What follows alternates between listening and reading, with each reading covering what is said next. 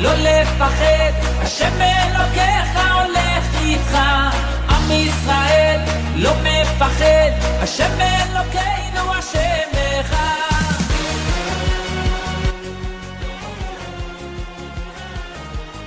Bonjour à tous et bienvenue dans votre émission du vendredi de l'univers de la Yeshiva. Ça y est, nous sommes passés par Pessar Sheni, par Lag BaOmer et nous arrivons maintenant à la parashat Behar. La parashat Behar qui se continuera avec Bechukotai la semaine prochaine, suivie de Shavuot.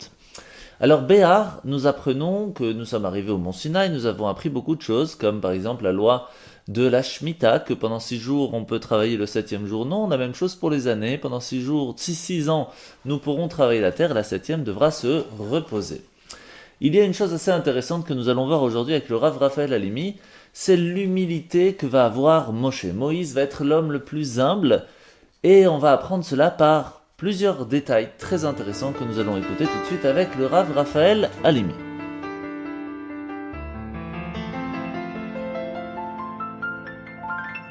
Shalom Uvracha, bienvenue à tous dans notre rubrique Vision chassidique de la paracha de la semaine. Cette semaine, parashat Behar. Vaidaber Hashem el Moshe, Dieu parla à Moïse, Behar Sinaï les morts, sur le mont Sinaï en disant. Il n'est pas écrit ici Al Har Sinaï, sur le mont Sinaï, mais Behar, dans la montagne. Nous allons le comprendre à la fin du cours. Cela dit, lorsque la Torah décide de présenter les attributs et les qualités de Moshe Rabbeinu, elle nous dit la chose suivante. Ve'aish Moshe anav me'od mikol ha'adam al sher al penei ha'adama. Et l'homme Moshe était extrêmement humble parmi tous les hommes sur la surface de la terre. En effet, parmi toutes les qualités que Moïse possédait, la Torah ne choisit que l'humilité pour nous dire que c'est justement grâce à sa modestie, à sa soumission, à son humilité, qu'il fut le transmetteur, l'intermédiaire, et que la Torah fut donnée entre ses mains pour la donner au peuple juif. Sauf que les questions se bousculent. Premièrement, pourquoi ici nous dire « Ve'aish Moshe » et « l'homme Moshe » ? Pourquoi ici la terminologie de l'homme ? Et puis, continuer avec le terme de Adam. Pour Moshe, nous parlons d'un Ish, d'un homme, et pour les autres, nous parlons de Adam, qui veut dire c'est également l'homme. Mais il existe une différence entre le Ish et le Adam. Donc pourquoi cette différence dans ce passouk ? Et l'homme Moshe était extrêmement humble par rapport aux autres hommes. Sauf que pour eux, on dit Adam, et pour Moshe, on dit Ish. Enfin, troisième question, Moshe n'était-il pas conscient de ses capacités, à tel point que on a l'impression ici qu'il ne savait pas qu'il était aussi grand. D'arriver à cette humilité suprême devant tout homme est a priori contradictoire avec une grandeur comme celle de Moshe Rabbeinu. Donc, est-ce qu'on peut dire qu'il était conscient de cette capacité, de ce pouvoir qu'il habitait ? Et enfin, dernière et quatrième question, comment l'humilité et la grandeur peuvent cohabiter ensemble ? Comment ces traits de caractère peuvent fusionner ? L'humilité, c'est la soumission, c'est être bas, ayez shfel roar bifnei kol adam, soit abaissé, tête baisse devant tout homme. Alors que la grandeur, surtout lorsqu'on sait que Moshe Rabbeinu n'était pas seulement qu'un maître, un professeur, c'était le chef, un gouverneur, le leader du Ham Israël, du peuple juif. Un peuple avec la nuque raide, avec lequel il fallait se comporter avec une dureté, une fermeté, un caractère bien présent. Comment cela peut-il fusionner avec l'humilité profonde qui habitait Moshe Rabbeinu ? La Chassidoute nous explique que Moshe Rabbeinu était en fait, bien entendu, conscient de ses capacités, de ses pouvoirs. Et cela répondra à la troisième question. Oui, Moshe Rabbeinu avait des pouvoirs, avait des grandes forces, était puissant, que ce soit matériellement, mais surtout spirituellement. Mais il disait à voix haute que s'il avait ces capacités, c'est qu'il les avait reçues en cadeau. C'était un don du Seigneur. Et que si une autre personne avait lui aussi reçu ces mêmes forces, il en était sûr, cette personne aurait peut-être fait beaucoup mieux que lui. En cela s'exprimait son humilité. Non pas en s'abaissant, en se rendant inférieur aux autres, pas du tout. Il disait que c'était un cadeau du bon Dieu, un mérite qui n'était pas véritablement né de ses propres capacités, mais surtout parce que Dieu avait décidé que c'est Moshe qui allait recevoir ses pouvoirs. Et enfin, pour répondre à la quatrième question, comment l'humilité et la fermeté d'un chef ces traits de caractère peuvent-ils cohabiter ensemble? Eh bien, en réalité, Moshe Rabbeinu, de par sa soumission totale envers Akadosh Baruch Hu, n'était autre que le véhicule de Dieu sur terre. Et que puisqu'il était ce fameux véhicule, il ne pouvait tomber dans des compromis, dans des facilités ou des concessions.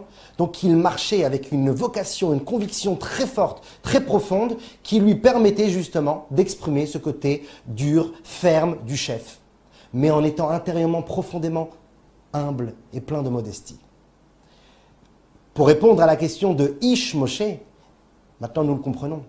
Avant d'arriver à cette grandeur de Moïse, de Moshe, Moshe Rabbeinu était avant tout un homme, un Ish. Et le Maxime des Pères nous dit qui est l'homme? C'est celui qui arrive à être un homme dans des endroits où il n'y a pas d'homme. L'homme, c'est de pouvoir prendre des décisions, d'avoir une conviction profonde, une vocation. Mais tout cela doit passer par un effort personnel profond qui, chez Moshe, était justement l'humilité. Et en cela, c'était tout un chidouche, toute une innovation que Moshe Rabbeinu avait réussi à faire. Et pourquoi les autres s'appellent Adam alors que lui, Moshe, s'appelle Ish? Parce que Adam, c'est la terminologie qui exprime ici l'humain tel qu'il est en tant que créature avant de s'être travaillé, avant d'avoir fait des efforts. Moshe Rabbeinu avait surpassé ce niveau de Adam pour arriver au niveau de Ish, celui qui avait acquis une position. Son humilité n'était pas vaine, n'était pas parce qu'il était simple d'esprit ou parce qu'il était passif. C'était une humilité travaillée, un bitoul ancré, une annulation remplie d'intellect et d'intelligence. C'est ça la véritable humilité. Ou sinon on appellera ça de la fausse humilité.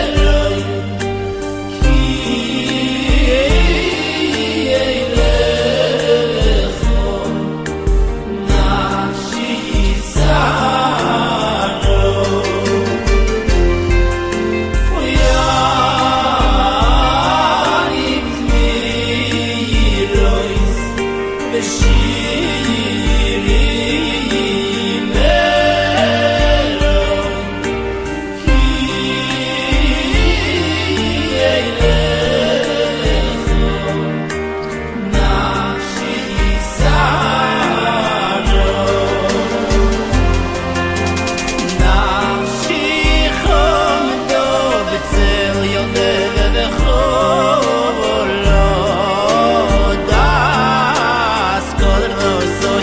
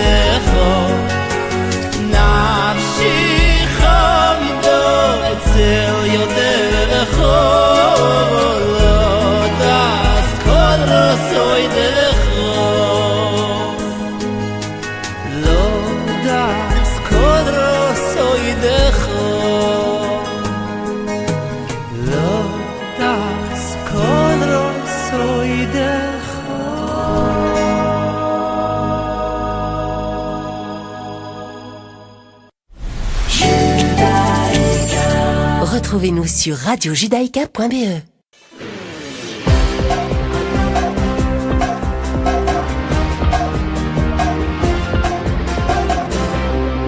Nous revoilà sur Radio Judaïka, nous sommes toujours avec le Rav Raphaël Halimi, avec lequel nous parlons de la parashat Béhar, dans lequel nous parlons de l'humilité de Moshe.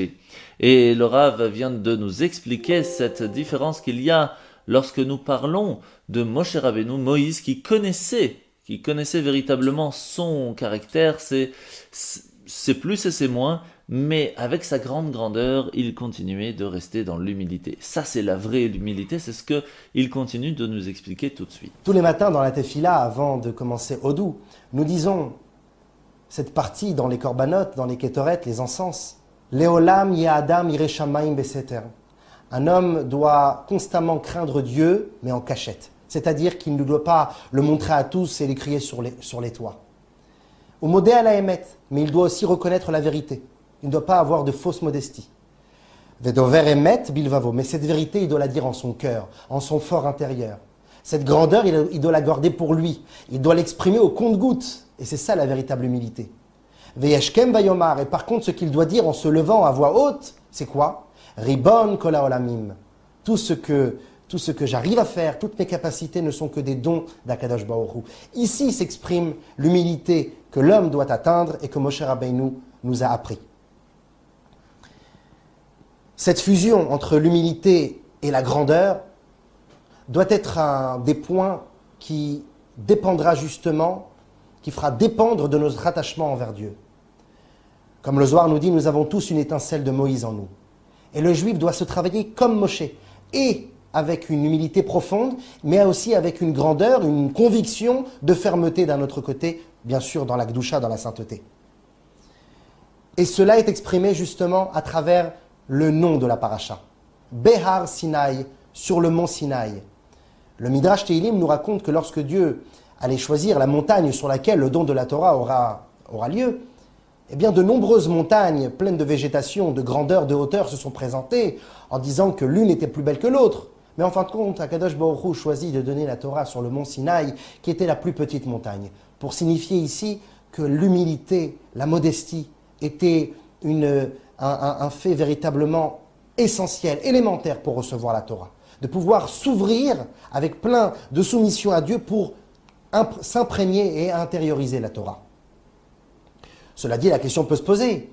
Si Akadosh Baruch Hu recherchait l'humilité, pourquoi ne pas donner la Torah dans un fossé ou dans une vallée, dans un endroit profond qui exprimera encore mieux l'humilité et le rabaissement face à Dieu? Eh bien non. Akadosh Baruch Hu attend de nous, bien sûr, de commencer avec une force, une fermeté telle une montagne, d'être sûr et convaincu dans notre foi, dans notre pratique, dans notre étude, avec notre personnalité, pouvoir vivre Dieu avec toutes nos capacités. Mais cela doit être fait de manière petite. Une montagne, mais petite. Une har namour. Et c'est la raison pour laquelle, lorsqu'un homme a réussi à vivre de cette manière, alors il peut véhiculer la Torah. Alors la Torah chez lui s'imprègne. Parce que s'il ne fait que d'exprimer la grandeur de l'intellect humain, la Torah rentre dans une oreille et sort de l'autre. Et c'est pour ça qu'en sortant du Beth Midrash, il fera peut-être malheureusement exactement le contraire de ce qu'il a étudié dans la salle d'études. Mais lorsqu'il véhicule la Torah à travers et une humilité profonde, et une grandeur, une élévation, et plein d'ébullition pour la Torah d'un autre côté, alors cette fusion des deux amènera à qu'il puisse recevoir la Torah et la redonner aussi à l'extérieur. Enfin, pour terminer, c'est la raison pour laquelle il est écrit ici « dans la montagne ». Vaïdaber Hashem el Moshe, Dieu parla à Moïse, Behar Sinaï, dans la montagne, non pas sur la montagne. Bien que nous le traduisons ici généralement par sur la montagne, mais si nous analysons véritablement la terminologie hébraïque, Behar veut dire dans la montagne. Parce que cette montagne, cette grandeur de l'humain, du juif qui s'est attaché à Dieu, doit s'exprimer à l'intérieur, dans son fort intérieur. Il sait très bien que Behar, lui, est une montagne, mais cette expression de la grandeur qu'il a atteint, eh bien, doit être faite à l'intérieur, dans son fort intérieur, dans ses éléments profonds, chez lui. Non pas l'exprimer, le crier sur des toits, comme on l'a dit tout à l'heure dans le texte de la Tfila. Au modé à Emet, c'est sûr qu'il doit reconnaître la vérité. Aval Omer Emet Bilvavo, mais cette vérité, il doit la dire à l'intérieur de son cœur. Cela est l'humilité. Donc, si un jour, on voudrait atteindre l'humilité, ce n'est pas en devenant une serpillière et en s'affaissant devant tout le monde et en disant que nous sommes rien, que nous ne pouvons pas dire de mots de Torah parce que nous sommes humbles et nous n'avons aucunement la capacité et la possibilité d'ouvrir notre bouche. Pas du tout. Cela s'appellera malheureusement de la fausse humilité. La véritable humilité, et comment atteindre l'humilité, c'est de pouvoir reconnaître ses qualités, reconnaître ses défauts et les subjuguer ensemble. De pouvoir dire que mon défaut, c'est d'être un homme limité, humain. Et mes qualités, c'est d'avoir reçu des cadeaux du bon Dieu pour pouvoir y arriver. Donc, soyons tous, Bezrat Hashem, cette véritable humilité qui est de pouvoir être fusionnel entre la profondeur et l'extériorisation de la Torah que nous apprenons. Shabbat Shalom et à très bientôt.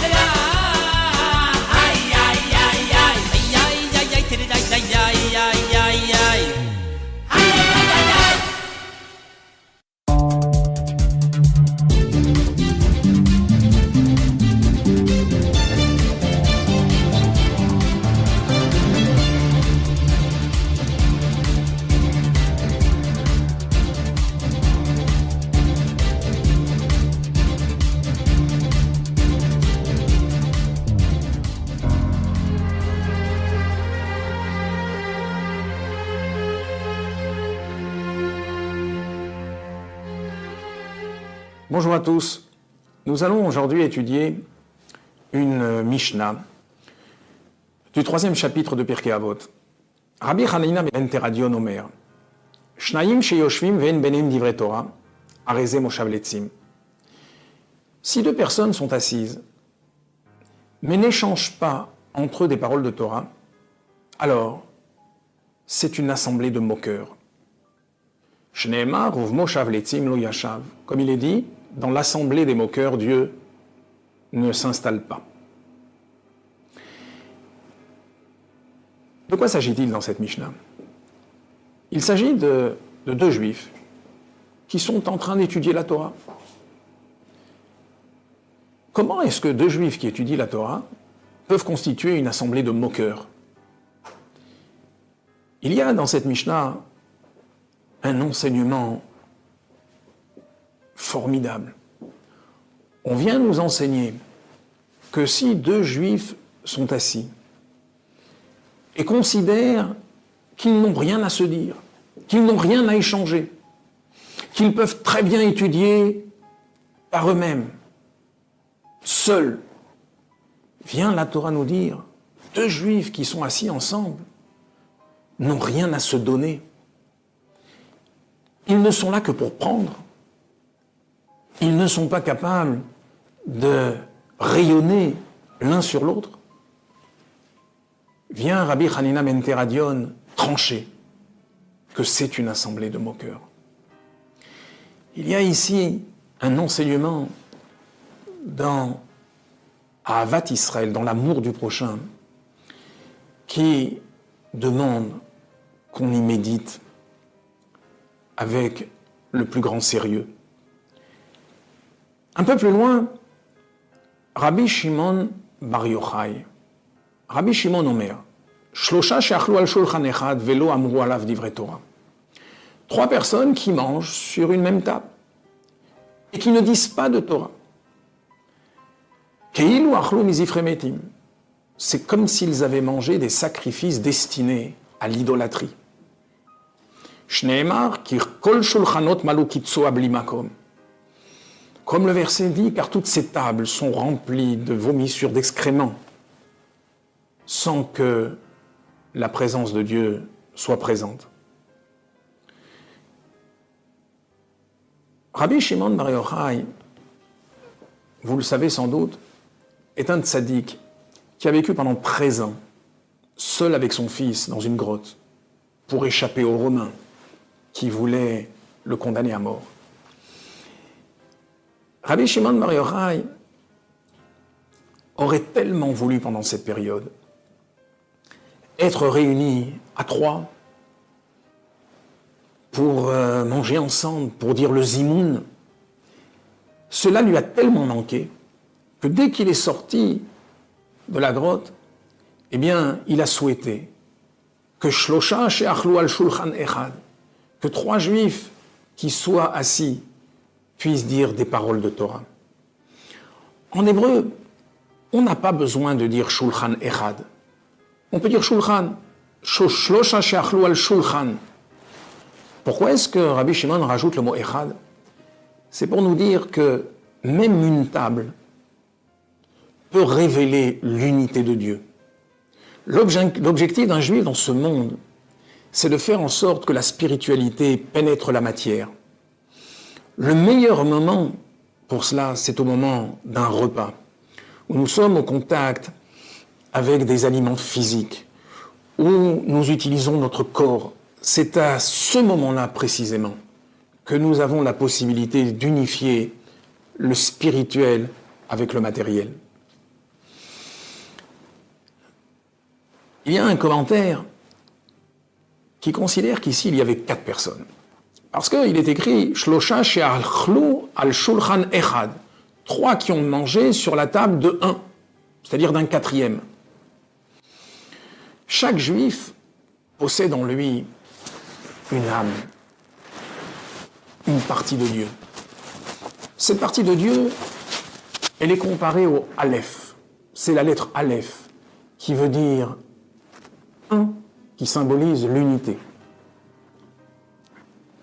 Dans le Aleph, vous avez lorsqu'on écrit en extension le mot Aleph, on a Aleph, Lamed, P. Le Aleph du Aleph symbolise véritablement le point de judaïsme, l'âme que nous avons au fond de nous. Lorsque, malheureusement, nous ne faisons pas pénétrer la divinité dans nos actes quotidiens, nous séparons le Aleph du Lamed et du P. Lamed P forme le mot Paul, qui veut dire tomber. L'étincelle de divinité, au lieu de s'élever, tombe. Lorsqu'il y a 4 juifs qui sont réunis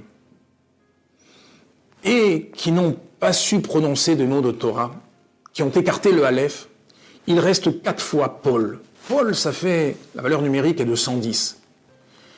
4 fois 110, ça fait 440. C'est-à-dire le mot Met. C'est la raison pour laquelle le texte dit Keilu achlu mizifre metim. Au lieu de se relier à la Torah, à la vie, eh bien, ils se sont reliés au contraire de la vie. Et on peut comprendre également ce que nous dit cette Mishnah. Le Aleph, la valeur numérique de Aleph, c'est 111. C'est exactement la valeur numérique du mot qui, la vomissure. Ils ont transformé le Aleph qu'ils avaient en eux, c'est-à-dire cette énergie, cette possibilité de servir Dieu, en quelque chose qui suggère le dégoût. Rabbi Shimon vient donc nous apprendre que la mission d'un juif sur terre, c'est de transformer le monde physique, de l'élever dans la divinité, et ceci dans chaque acte de notre vie quotidienne. Au revoir à tous.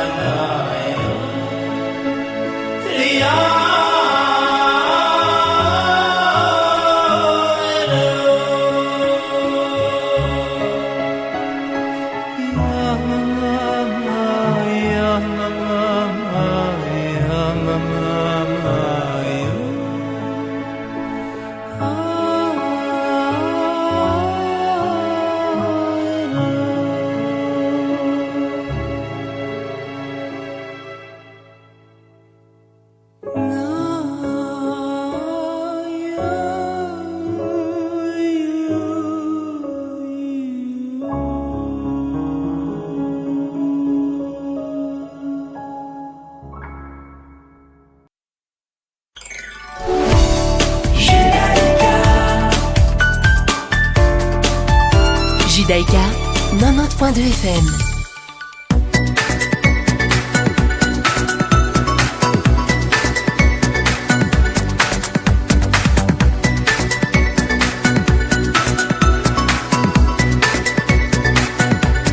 Passons maintenant à la paracha de la semaine. Parachat Béhar se découpe en 7 parties. L'aperçu général de la paracha, c'est l'année shabbatique, le jubilé, la 50e année, les lois qui régissent le commerce et la rédemption des esclaves. En premier lieu, Hachem, Dieu, nous transmet l'année de la Shemitah, l'année shabbatique et le jubilé. Donc chaque 7e année est une année shabbatique lors de laquelle il est interdit de travailler la terre. On parle ici bien sûr en terre d'Israël.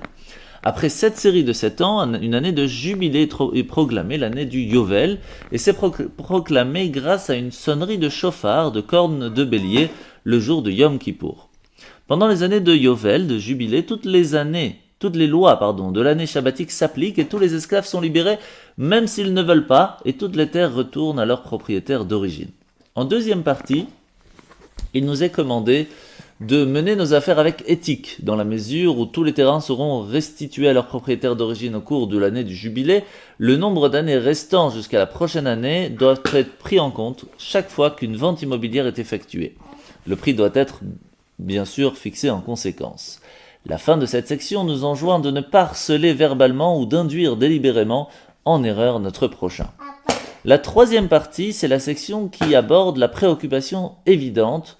Que mangerons-nous la 7e année si nous ne semons pas et ne nous récoltons pas ? Alors Dieu va nous assurer qu'il va bénir la récolte de la 6e année, de sorte qu'elle produira assez pour couvrir 3 ans, jusqu'à que la récolte de la 8e année soit prête à être consommée. La Torah nous explique alors l'interdiction de vendre des terres à perpétuité. Les terres peuvent être seulement louées jusqu'à l'année du jubilé, puisque la terre n'appartient qu'à Dieu et nous ne pourrons que résider en eux. La 4e partie. Une personne qui vend un bien immobilier a la possibilité de racheter le terrain à l'acheteur à condition que 2 ans se soient écoulés jusqu'à la date de l'achat. Le prix total pour lequel le terrain a été vendu est divisé par le nombre d'années écoulées entre le moment de l'achat et la prochaine année du jubilé, date à laquelle le terrain reviendrait de toute façon au propriétaire, afin de déterminer le prix par année. Le propriétaire initial rembourse alors à l'acheteur le montant d'argent qu'il a payé pour les années restantes. Un membre de la famille du vendeur peut également racheter la terre au nom de son parent. 5e partie. Toutes les lois mentionnées ci-dessus s'appliquent aux champs et aux maisons situées dans des villes non murées. Par contre, les maisons situées dans des villes fortifiées peuvent être rachetées à leur pleine valeur jusqu'à 1 an après la vente. S'ils ne sont pas rachetés dans l'année, ils deviennent la propriété permanente de l'acheteur et ne sont pas libérés par le Yovel, le jubilé. Une autre exception à cette règle, c'est la propriété attribuée aux Lévis. Les maisons et les terrains situés dans les 48 villes des Lévis sont toujours rachetables depuis le moment de l'achat jusqu'à l'année du jubilé, quand de toute façon ils reviennent à leurs propriétaires. Il nous est ensuite commandé d'assister nos frères en apportant leur aide, pour qu'ils ne deviennent pas ruinés financièrement et qu'ils puissent, chas v'shalom, dépendre de l'aide des autres. Il nous est également interdit de prendre des intérêts sur un prêt accordé à un juif. La 6e partie, c'est le commandement de traiter les esclaves juifs avec respect, en ne les soumettant jamais à des travaux dégradants. Et nous finirons la paracha avec le processus de rédemption pour un juif qui est vendu en esclavage à un maître non juif. La même formule décrite ci-dessus dans la 4e partie, que l'esclave lui-même, soit un membre de sa famille, va rembourser au maître la somme d'argent correspondant aux années qu'il reste jusqu'au jubilé, date à laquelle l'esclave sera libéré même s'il n'avait pas été racheté. La section se termine alors par une brève mention de l'interdiction de l'idolâtrie et de l'obligation d'observer le Shabbat ainsi que de vénérer le sanctuaire.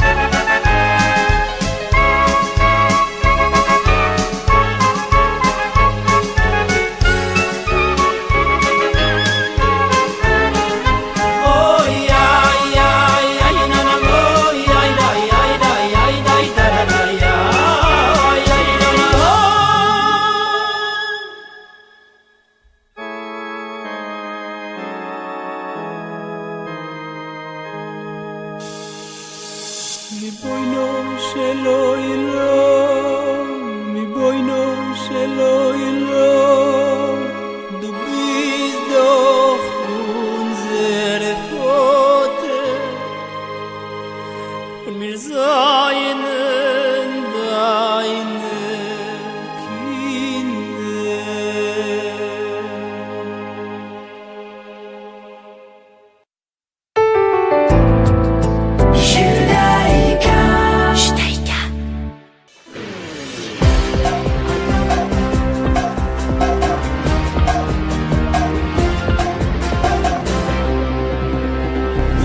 matin avec le Rav Altabé qui va nous parler de se juger positivement en quelques minutes. Écoutons-le. Bonjour à tous. Comment toujours bien être jugé? Il est écrit dans les Maximes de nos pères, le 3e chapitre. Sache devant qui tu vas rendre la justice et les comptes. A priori, pourquoi la Mishnah nous dit la justice et les comptes? C'est pas comme ça que ça marche. D'abord on fait les comptes, après qu'on a fait les comptes. Le total, la justice. On va comprendre cela basé sur une autre Mishnah dans le même chapitre qui nous dit que Dieu punit de la conscience de la personne, même si la personne n'est pas consciente. Qu'est-ce que ça veut dire si la personne est consciente et pas consciente? Eh bien, le Baal Shem Tov nous explique comme ça. Lorsque quelqu'un y voit le comportement d'un autre et il le juge dans sa tête, dans sa parole, il dit « Ah, cette personne-là, elle s'est comportée d'une telle manière, il mérite ci, il mérite ça. » Eh bien, il a jugé l'autre de sa propre conscience. J'ai dit, l'autre il a fait ça, c'est pour cela qu'il mérite telle et telle chose. Eh bien, dans ces cas-là, sache que ce jugement que tu as donné sur l'autre, inconsciemment, Vishelomidato, tu l'as donné sur toi-même. Parce que lorsque le tribunal céleste va te juger, ils vont dire, comment on va le juger celui-là? On va regarder comment lui il a jugé l'autre dans le même cas. Quand c'était un cas semblable, dans le fond il a dit ça sur l'autre, eh bien maintenant on va le mettre sur lui. Basé sur ça, on comprend aussi pourquoi la Mishnah nous dit que d'abord il y a la justice et après il y a les comptes. La justice que toi tu as donnée sur l'autre, basé sur ça, on va régler tes comptes à toi. Donc évidemment, il faut toujours juger les autres pour le bien, par principe déjà, sans aucun intérêt. Mais encore plus que ça, pour nos intérêts aussi, pour être bien jugés, eh bien il faut bien juger les autres. Quand même, il reste à comprendre pourquoi le tribunal céleste a besoin de notre aide pour nous juger. Il ne peut pas nous juger lui-même. La réponse, elle est non. Car un juif, c'est une âme divine, une parcelle de Dieu. Une parcelle de Dieu est plus haut que les anges. Les anges n'ont pas de domination, de pouvoir sur un juif. Le juif s'appelle Israël, qui est un langage de sar, d'un ministre, d'un prince. C'est un patron, c'est un chef, c'est un boss, c'est lui qui décide. Et même les anges ne peuvent pas prendre de décision. Et même lorsqu'un juif il a fauté, il s'agit de sa propre faute. Eh bien, les anges ont besoin de voir, le tribunal céleste a besoin de voir qu'est-ce que le juif va dire. Parce que c'est le juif qui décide. L'enseignement de ça, deux choses. Premièrement, toujours bien juger les autres par principe, et en plus pour notre propre intérêt. Deuxièmement, savoir qu'un juif il a une très grande force. Utiliser cette force pour ajouter des bonnes pensées, des bonnes paroles, des bonnes actions, rajouter des actes de bonté, de bienfaisance et amener Mashiach now.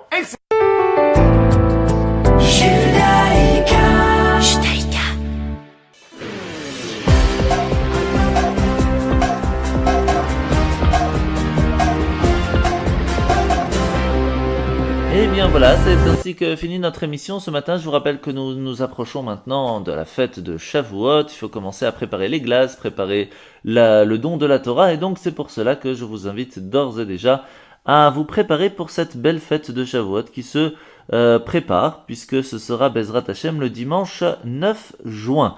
Donc c'est pas tout de suite, mais il faut déjà s'y préparer. Il y aura sûrement de grandes fêtes prévues en ville. Parlons maintenant de l'allumage des bougies ce soir. Nous sommes Parashat Béhar, nous allumerons les bougies à 21h19, ça commence à devenir vraiment très tard et Shabbat se finira à 22h45. Je vous souhaite de passer un très bon Shabbat et puis la semaine prochaine pour de nouvelles aventures. Shabbat Shalom. עם ישראל, לא לפחד, השם אלוקיך הולך איתך. עם ישראל, לא מפחד, השם אלוקינו השם אחד.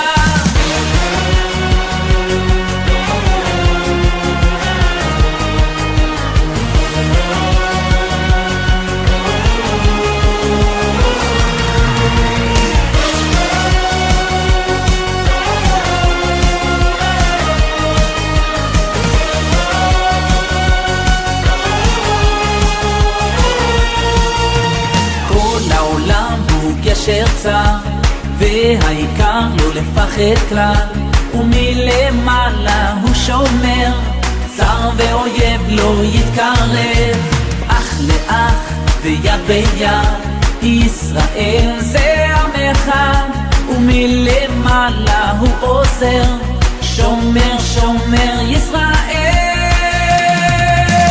עם ישראל לא לפחד, השם אלוקיך הולך איתך. עם ישראל לא מפחד, השם אלוקינו השם אחד. עם ישראל לא לפחד, השם אלוקיך הולך איתך. עם ישראל לא מפחד, השם אלוקינו השם אחד.